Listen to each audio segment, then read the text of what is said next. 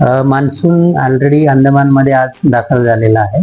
मान्सूनचे south westerly winds जे आहेत ते अंदमानमध्ये सेट झालेले आहेत आणि गेल्या 24 ते 48 तासांपासून अंदमानमध्ये बऱ्यापैकी पाऊस पडताना दिसतोय आणि मान्सूनचे वारे सक्रिय झाल्यामुळे अंदमानमध्ये मान्सून पोहोचलेला आहे आणि त्यानंतर केरळमध्ये तो पोहोचण्याची शक्यता 26 जूनला आहे आणि त्यामध्ये मॉडेलच्या त्रुटी प्लस मायनस 4 दिवस इतके असतात. म्हणजेच मान्सून हा 22 मे ते 30 मे दरम्यान केरळमध्ये पोहोचण्याची शक्यता आहे. काय स्थिती आहे सध्या मान्सूनची अंदाज?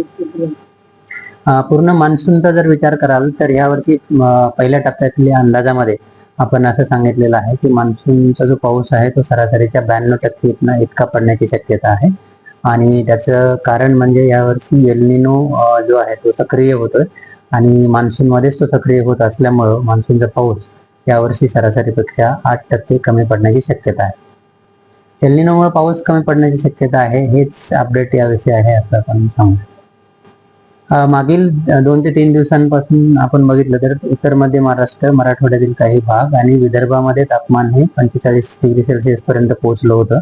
परंतु मागील 2 दिवसांपासून आपण बघतोय की तापमानामध्ये बऱ्यापैकी घट झालेली आहे.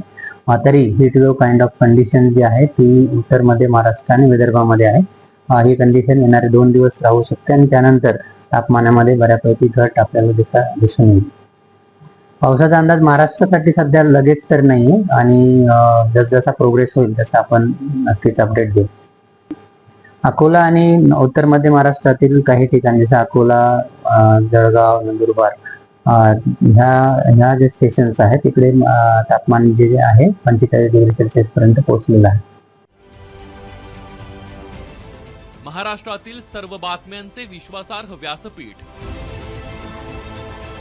सकाळच्या सर्व सोशल मीडिया प्लॅटफॉर्मला लाईक, फॉलो आणि सबस्क्राईब करा. तसंच सर्व नोटिफिकेशनसाठी बेल आयकॉन प्रेस करायला विसरू नका.